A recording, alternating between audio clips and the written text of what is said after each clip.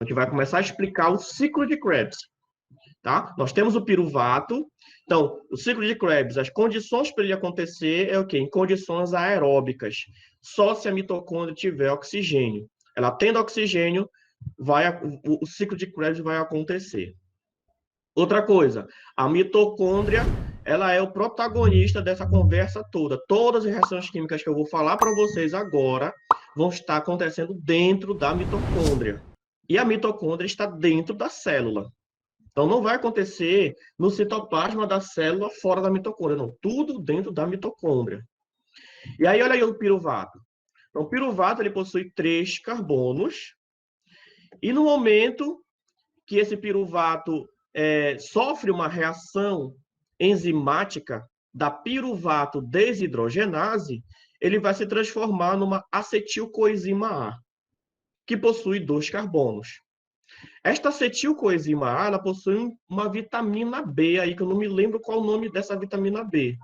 Então, este piruvato, que tem 3 carbonos, passa por uma reação enzimática e ele se transforma numa acetilcoenzima A. Somente quando ele se transforma na acetilcoenzima A é que ele tem condições de participar do ciclo de Krebs. Só que, antes de participar desse ciclo de Krebs, ele precisa se combinar com outro elemento químico. Mas antes disso, deixa eu explicar passo a passo para vocês devagarinho, para vocês entenderem que esse ciclo é um pouquinho complicado. Então, olha só. O ciclo de Krebs, ele passa por um processo de 8 reações químicas, só que ele não acontece uma única vez, ele acontece 2 vezes para cada piruvato formado. Então, uma molécula de glicose se quebra em 2 piruvatos, porque uma molécula de glicose tem 6 carbonos. Se ela tem 6 carbonos, ela vai produzir 2 piruvatos, cada um com 3 carbonos. Então, esse piruvato aqui, ele vai girar uma vez, depois vem um segundo piruvato e gira uma segunda vez.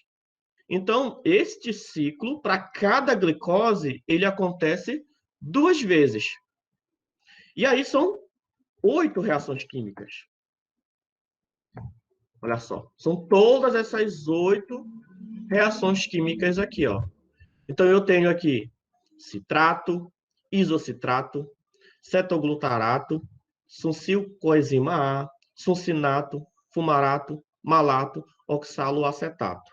Então, no total, são 8 reações químicas para cada piruvato que entra nesse ciclo de Krebs. Né? 8 reações químicas.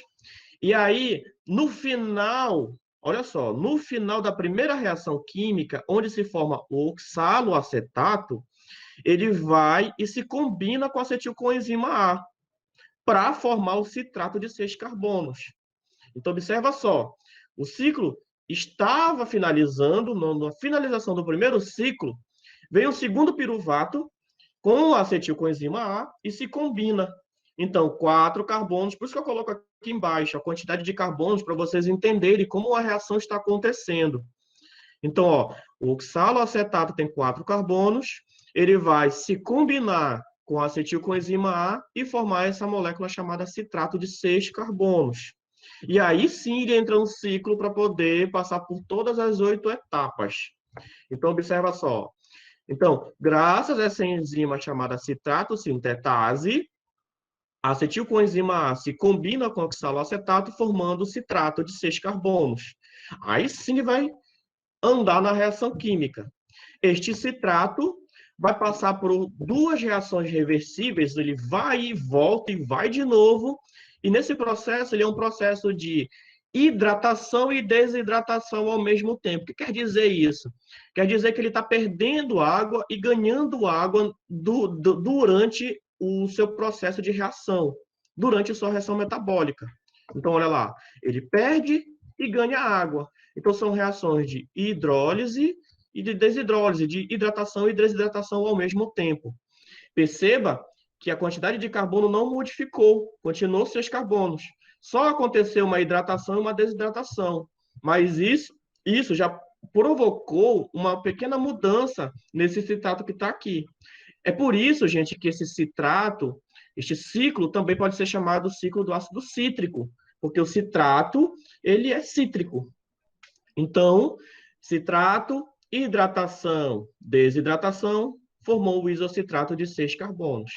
Depois disso, ele já vai ter que condições de participar de um outro processo de reação química, graças ao isocitrato desidrogenase. Gente, todas essas palavras em laranja são enzimas metabólicas. Todos os brancos são os elementos químicos que a gente está acompanhando, tá? É o caminho que o piruvato faz. Piruvato, acetil, citrato, isocitrato, acetoglutarato. Então, o branco é esse. O amarelo é a quantidade de carbonos que ele vai ganhando e perdendo no decorrer dessa história. É isso que está acontecendo. Então, graças a esta enzima, já vai formar o alfa-acetoglutarato. Aqui começa a formar mais NADs e mais dióxido de carbono. Então, no momento em que diminui a quantidade de carbono, olha como está diminuindo a quantidade de carbono, de 6 passou para 5. Aí o que? Saiu o hidrogênio e saiu um carbono também, ó. Na saída do carbono, forma CO2. Na saída do hidrogênio, forma o NADH. Então, o NAD está aqui para capturar esse hidrogênio que foge. E o CO2 se combina, né? O carbono se combina com o oxigênio e forma um dióxido de carbono. É assim que está acontecendo. E aí, depois disso, o acetoglutarato, o alfa-acetoglutarato, vai passar de novo por uma outra reação química já ocasionada por esta outra enzima aqui, tá? O alfa-acetoglutarato desidrogenase. Então, pode perceber que toda reação de eliminação de hidrogênios, ela tem esse nome desidrogenase. Então, sempre que o hidrogênio está participando dessa história, dessa conversa, ele tem esse nome desidrogenase. Quando eu estou unindo carbonos, eu tenho sintetase. Ele está sintetizando, juntando. É isso que está acontecendo. Então, aqui, ó, eliminou hidrogênio, desidrogenase. Sintetizou, tá? Sintetase. Então, essa alfa-acetoglutarato desidrogenase já vai fazer outro processo aqui. Então, tanto esse elemento quanto esse são responsáveis pela eliminação de NADH. E aí surge um outro elemento aqui, um outro aceptor de energia. Lembra, gente? Toda vez que está saindo o hidrogênio, a energia também está saindo junto. Então, sempre vai sair hidrogênio, carbono e energia.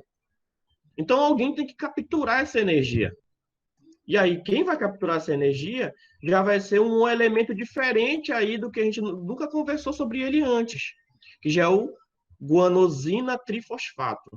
Agora já não é mais uma adenosina trifosfato, é uma guanosina trifosfato. Então, o ATP ele não consegue capturar essa energia diretamente do ciclo.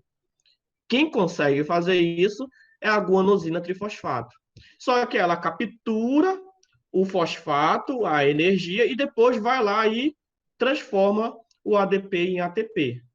Então, basicamente, se eu fosse explicar de uma forma bem sintética, eu poderia nem falar sobre essa guanosina para vocês. Eu poderia dizer que nesse processo aqui já está sendo formado o ATP. Mas aí é importante vocês saberem que existe esse coleguinha chamado guanosina trifosfato, tá bom? Então, bem aqui nesse processo aqui do succinil coenzima A, quando ele vai formar o succinato, que também tem 4 carbonos, acontece a liberação dos elétrons para a formação de ATP, tá? Então, aqui nós já temos um NAD, 2 NADs H, 2 dióxidos de carbono, e nós já temos um ATP. Então, já está começando a gerar nossos saldos aí. E aí, depois desse processo, se forma o fumarato. E aí surge um outro elemento aqui nessa conversa toda, que é o FAD. O FAD é como se fosse o irmão do NAD. O NAD é a nicotinamina adenina dinucleotídeo. Já o FAD, ele é a flavina adenina dinucleotídeo. Este FAD aqui, ele vai o quê? Capturar o hidrogênio como o NADH, da mesma maneira. Qual a diferença entre eles? O FAD, ele é justamente um aceptor de hidrogênios mais fraco. Ele não consegue pegar toda a energia do hidrogênio. Então, ele não tem tanta capacidade de produção de ATP como o NAD vai ter depois. Resumindo, cada NADH formado, eu produzo 3 ATPs. Enquanto que cada FAD-H formado, eu produzo 2 ATPs. Tá? É por isso que ele é um elemento raro nessa conversa dessa reação química. Mas, se não tivesse o FAD aqui, essa energia ela seria perdida, porque o NAD não consegue capturar uma pequena quantidade de energia. Então, ele só consegue capturar uma energia suficiente que produza 3 ATPs. Se tiver uma energia que seja para 2 ou para 1 ATP, ele não consegue capturar. E é por isso que surgiu o FAD-H, para a gente poder aproveitar essa quantidade de energia de 2 ATPs, que poderia ser perdido se não existisse o FAD-H2. Gente, depois do fumarato, o que vai acontecer? Já vamos formar o malato. O malato, ele é uma reação química ao qual nós vamos hidratar o fumarato. Então, acontece um processo de hidratação, então entra água no processo e forma o malato. E do malato chega finalmente no oxaloacetato. Esta reação, para chegar no oxaloacetato, ocorre graças a essa enzima que é o malato desidrogenase. Então, chegando e formando oxaloacetato, o que vai acontecer?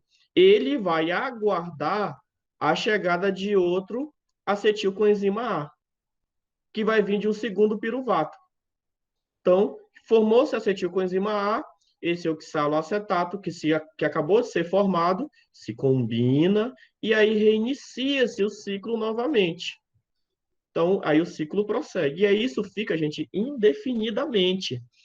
Depois disso, eles ficam tudo se empilhando aqui, vem mais piruvato para cá e esse ciclo ficou o tempo inteiro girando, o tempo inteiro girando.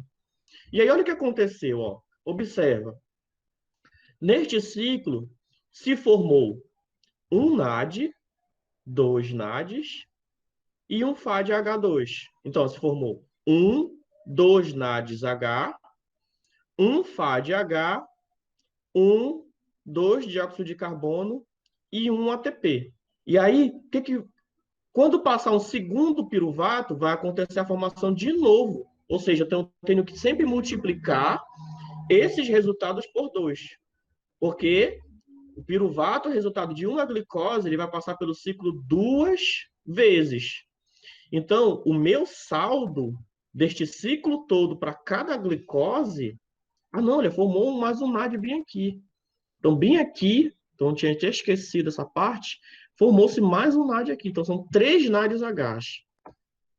Tá? Então, olha só. O saldo do ciclo vai ser 3 NADs H, um FAD-H2, uma guanosina trifosfato, que vai formar um ATP, e 2 dióxidos de carbono. Então, e aí, como esse ciclo vai acontecer 2 vezes, eu vou multiplicar esse valor por 2. Então, no total, eu vou formar 6 NADs H, 2 FADs H, 2 ATPs e 4 dióxidos de carbono. Então, se formou 4 dióxidos de carbono. E aí, toda a glicose que nós tínhamos se transformou completamente em dióxido de carbono. Agora não tem mais nada, se quebrou completamente. Então, o ciclo de Krebs, ele é o ciclo que quebra completamente a glicose e forma todos os dióxidos de carbono necessários.